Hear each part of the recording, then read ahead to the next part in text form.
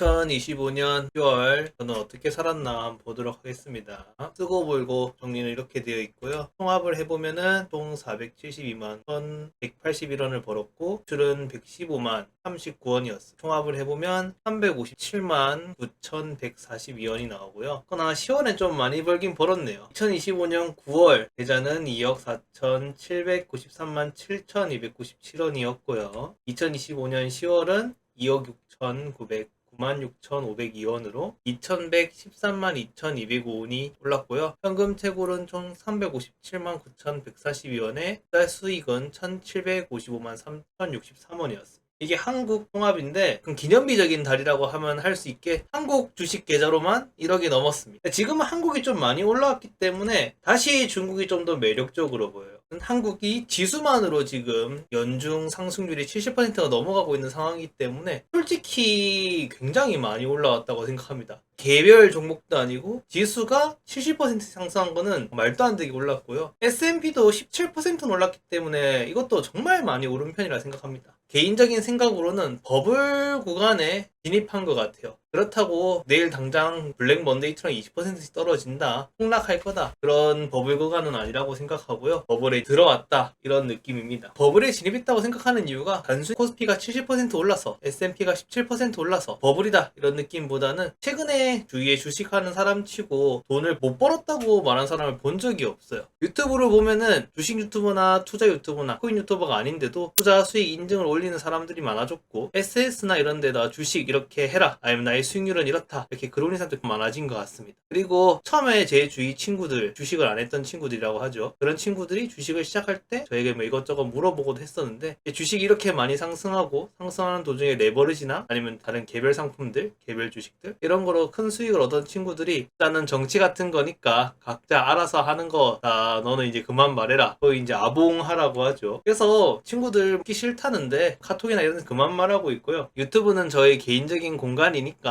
여기서는 말해보도록 하겠습니다. 그리고 터질 것 같은 버블이 아니라고 생각하는 이유 중 하나는, 머리를 자르고 왔는데 동네 미용실 아주머니들이 이제 주식 이야기는 안 하시고 아직까지 뭐 정치 이야기 이런 거 많이 하시더라고요. 이런 얘기하고 계신 걸로 봐서는 아직까지는 주식 안 하던 사람까지 모두 주식판에 뛰어든 버블 고점 단계는 아닌 것 같습니다. 그리고 코스피의 밸류도 찾아보면 아직 20도 안 된 18이고 PBR은 한 1.3 수준으로 나오더라고요. 밸류에이션도 그렇게 높은 편도 아닌 것 같고 주위 사람들이 모두 주식판에 뛰어든 그런 상황은 아니라고 보여서 아직까지 터질 것 같은 버블 같은 느낌은 아닙니다. 아무튼 버블 초기 구간이라고 생각하는데, 이런 구간에서 레버리지나 숏하는 친구들한테 계속 하지 말라고 말하고 싶지만 유튜브에서 풀어보도록 하겠습니다. 투자에 정답은 없다고 하지만 오답은 있다고 생각합니다. 비슷한 느낌으로 인생에서 정답은 찾기는 어렵겠지만 명백한 오답은 피해갈 수 있다고 생각해요. 저는 인생의 명백한 오답은 경마장이나 강원랜드 같은 도박 등도 포함된다고 생각합니다. 투자에서는 이건 레버리지나 숏이 포함된다고 생각해요. 투자가 정치 같은 거라서 남이 하는 방식에 간섭하지 말라고 하는 거는 맞는 말이라고 생각합니다. 다만 친구가 도박 같은 거 하고 있으면은 말리는 타입이어서 주절주절 말해보도록 하겠습니다.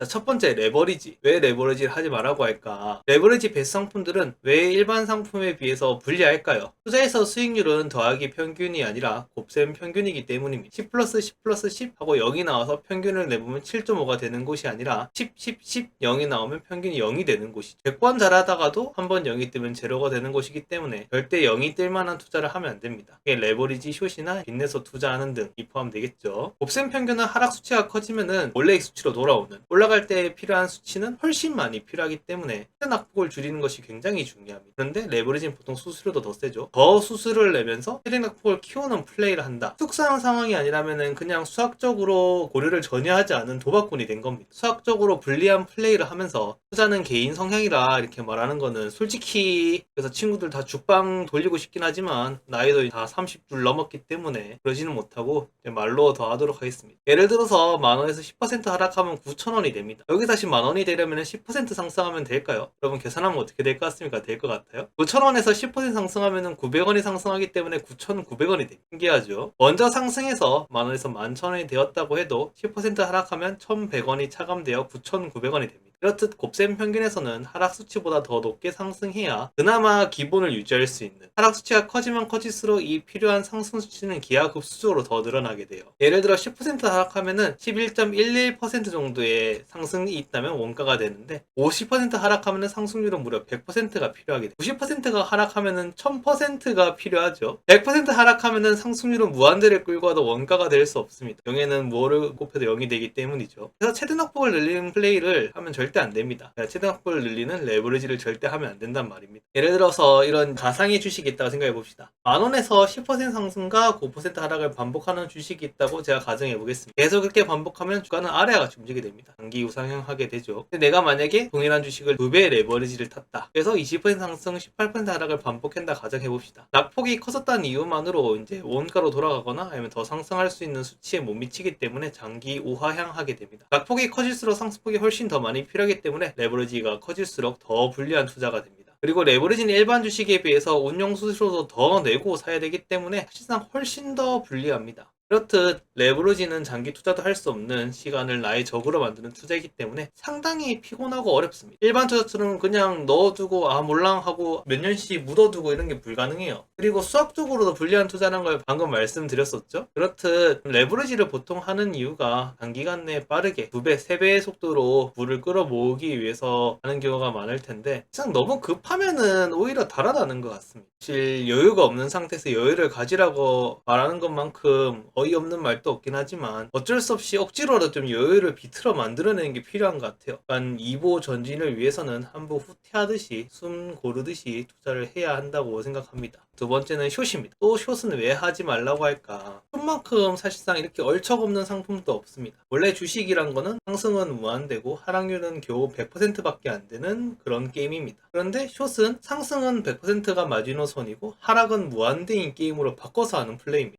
사실상 정말 말도 안 되는 게임으로 바꿔서 하는 거죠. 이렇게 할 이유가 전혀 없습니다. 그래서 숏을 좀 하는 이유 중 하나가 떨어질 게 너무 불보듯 뻔하잖아. 지금부터 그렇게 말씀하시면 코스피 4천이 말이 돼? 비싸다고 느껴져서 숏 친다거나 아니면 떨어지고 있는 게 코로나 터졌을 때처럼 계속 떨어지고 있으니까 더 떨어질 것 같아서 한다 이렇게 할 수 있는데 비싸진 주식은 얼마든지 정말 더 말도 안 되게 비싸질 수도 있고요. 떨어지는 주식을 반등하는 폭은 또 말도 안 되게 크지 않습니까? 또 론과 다르게 숏은 단순히 비싸다거나 악재가 있다고 해서 치면은 진짜 안 됩니다. 그리고 우리가 하면은 안 되는 투자예요. 너무너무 어렵습니다. 그리고 숏 들고 있으면 멘탈도 이상해지는 게 망해라고 기도하게 돼요. 어쨌거나 내가 돈 걸리면 그쪽을 응원하게 되잖아요. 내가 일본하고 한국 축구 붙는데 일본에 돈을 걸었으면 나는 일본에 응원하게 된단 말이야. 코스피 지수 숏을 들고 있으면 대한민국 망해라고 기대하는 아이러니한 사람이 됩니다. 대한민국에서 열심히 경제 생활하면서 난 대한민국 망해라고 기도하는 그런 뭐 이상한 포지션이 돼버린다. 숏은 이 정신적으로도 안 좋기 때문에 안 하는 게 좋습니다. 종말론자가 되어서 경제 망하라고 기도하는 망무새가 되고 싶지 않다면은 자신의 정신 상태를 지키기 위해서라도 숏은 절대로 하면 안 돼요. 그래도 정말 너무 떨어질 것, 뭐 너무 비싸다, 악재가 너무 심하게 터졌다. 그러면은 숏을 개인이 칠 수 있는 방법으로는 저는 그냥 현금 들고 있기를 추천드립니다. 주식을 안 사고 있다는 의미 자체가 떨어질 것 같다는 말도 좀 어느 의미상통하잖아요. 그래서 떨어지면 줍줍하겠다. 이건 이제 수수료도 안 되기 때문에 당이 파킹 통장이나 예금, 적금 들어뒀다가 좀 많이 떨어졌다고 하면 꺼내 쓰고 굳이 떨어질 것 같다고 하면 숏 상품 이런 거 사지 마시고 그냥 현금 들고 관망하시는 걸 추천드리겠습니다. 그리고 세 번째, 잦은 거래 단타. 저도 이런 것도 하지 말라고 자주 말씀드리는데 단타를 하는 경우가 여러 가지 이유가 있죠. 돈을 빨리 벌고 싶은 마음에 단타를 하는 경우도 있고 내가 순간순간에 가격 예측을 할 수 있다고 생각하는 경우도 있을 거고 하루 이상 오버나이트 하는 게 불안해서 하는 사람도 있을 거고 아니면 도파민 때문에 하는 사람도 있을 거고 사실 단타가 도파민이 장난 아니긴 하거든요. 등등등등 이유가 여러 가지 있을 겁니다. 정말로 순간순간의 가격 흐름을 읽을 수 있는 사람도 있을 수 있겠죠. 저는 아니지만 제 생각은 우리는 미래를 볼 수 없기 때문에 저를 포함한 범인들에게는 사실상 불가능한 일에 가깝다고 생각합니다. 매일 공부하고 책 읽고 운동하는 사람의 10년 뒤는 아마도 더 나은 삶이 되어 있겠지만 이 사람의 1시간 뒤 기분이나 다음날의 기분을 맞추는 거는 불가능한 일에 가깝다고 생각합니다. 보통은 이런 안 되는 단타를 위해서 기술적 분석 등을 알기 위해서 시간을 투자하고 또 매매를 위해서 모니터 앞에서 시간을 보내고 있는 것이 어느 정도 배우는 게 있다고 생각하지만 길어지게 되면 상당히 좀 시간 아깝다고 생각합니다. 또한 단타는 매도, 매수, 수수료 등을 엄청 많이 많이 되게 됩니다. 간단하게 수수료를 매도 매수 시 0.1로만 계산해도 하루 한 번씩만 매수 매도하면은 수수료가 0.2%, 일주일 하면 5번 하니까 1%고 1년 동안 하면은 약 수수료만 50%예요. 물론 이렇게 계산하시면 안 됩니다. 저는 전문가가 아니기 때문에 이렇게 주먹구구식으로 계산해 봤고요. 10년에 한 번 거래한 사람이 수수료를 0.2% 낸다고 하면은 10년 동안 꾸준히 거래했으면 수수료만 500% 내는 사람이 되는 거예요. 수수료만 무려 499.8%가 차이 납니다. 투자는 전자에 비해 매수 매도를 위해서 모니터 앞에서 시간을 엄청 보냈을 겁니다. 예를 들어 이제 전자가 자식이랑 공원에 산책하러 갔을 때 투자는 증권사의 수수료 499.8% 퍼주면서 어두컴컴해서 모니터를 보고 있겠죠. 유명한 펀드 매니저들도 시장 수익률을 대부분 이기지 못한다고 있는 말은 정말 유명한 말이죠. 시장 수익률은 약 10%에 못 미치는 수준입니다. 그러니까 1년 수익률 10%도 귀신들이나 내는 수익률이란 말이에요. 그런데 수수료를 50% 내면서 이 귀신 같은 수익률을 내려고 한다는 건 사실상 불가능한 수치에 가깝습니다. 또한 매수 매도 시 비드오퍼 스프레드라고, 우리가 매수할 때는 이 위의 가격을 사게 되고 매도할 때는 이 아래 가격에 팔게 되잖아요. 예를 들어 삼성전자가 여기 10만원에 적혀있어요. 그럼 우리가 삼성전자를 10만원에 사는 게 아니잖아요. 여기는 10만 100원짜리 삼성전자를 사야 되고 팔 때는 또 여기 밑에 있는 99,900원짜리 삼성전자에 팔아야 되잖아요. 게임 경매장 이용해보신 분들도 다 경험해보셨죠? 잦은 거래는 수수료뿐만 아니라 이런 알게 모르는 손실이 지속적으로 누적됩니다. 이런 돈 녹는 현상이 1년에 10% 이상 된다면은 내가 초슈퍼 엘리트 트레이더가 아니라면은 사실상 기대 수익률은 마이너스라고 생각해야 됩니다. 당신은 초슈퍼 엘리트 트레이더입니까? 아마 아닐 겁니다. 맞다면은 당신은 뉴욕 증권거래소 같은 데 가서 수십억 연봉을 받으면서 일하고 있겠지. 지금 이게 유튜브 보고 있진 않으실 거잖아요. 자, 그리고 네 번째, 선물 옵션도 하지 말라고 하는 이유 중 하나는 선물 옵션도 레버리숏 단타 비슷한 성격으로 투자가 아니죠. 이건 선물 거래의 탄생은 물론 좋은 의도로 탄생했겠지만 우리가 지금 하려고 하는 선물 옵션은 투자가 아닙니다. 투자는 내가 이 자본주의라는 시장에 돈을 넣어서 그 돈으로 회사가 이래저래 굴려서 무언가 산출물을 만들어내면 내가 투자한 만큼을 가져가는 자본주의 등기기관 같은 역할이죠. 그렇기 때문에 주식 투자는 제로섬 게임이 아닙니다. 사람은 계속 어제보다는 더 나은 오늘이 살고 싶기 때문에 무한히 발전하고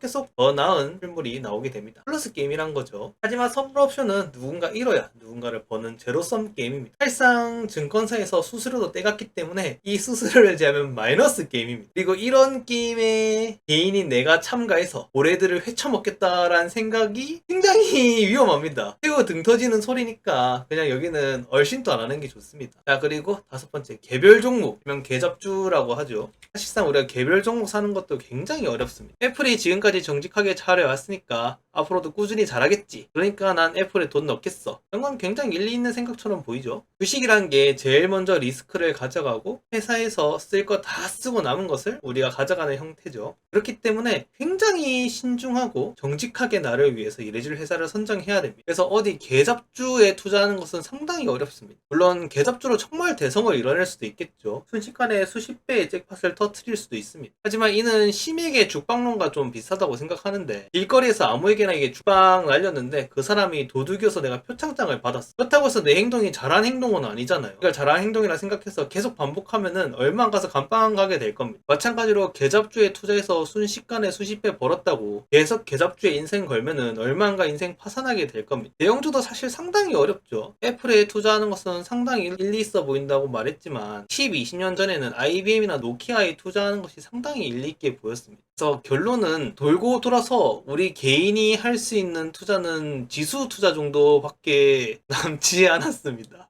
운용 수수료도 적게 내도 되고 개잡주나 대형주가 밀려나는 상황이 와도 사회 전체는 계속해서 발전하니까 마음 편하게 사회 성장을 즐기시면 됩니다. 물론 이것은 순간순간에는 절대 1등이 될 수 없기 때문에 지루하거나 팔감을 느낄 수 있는데, 보통 순간순간 1등한 사람은 한 2, 3년 지나니까 투자 시장에서 퇴출돼서 안 보이더라고요. 진짜 보통 그랬어요. 보통 2, 3년 지나면 죽어. 그러니까 그 경제적으로 죽어요. 경제적으로 죽는 사람이 많았어. 10, 20년씩 계속 1등한 사람도 있을 수 있는데 그런 사람은 그냥 저와는 다른 천재입니다. 천재는 그냥 보고 배울 점이 있다면 보고 배우면 되고 그냥 나와는 사는 세계가 다른 별 사람입니다. 그러니 똑같은 말을 반복하게 되지만 지수 투자를 위주로 하고 자기가 지금 할 수 있는 일을 열심히 하는 게 최고의 방법이라고 생각합니다.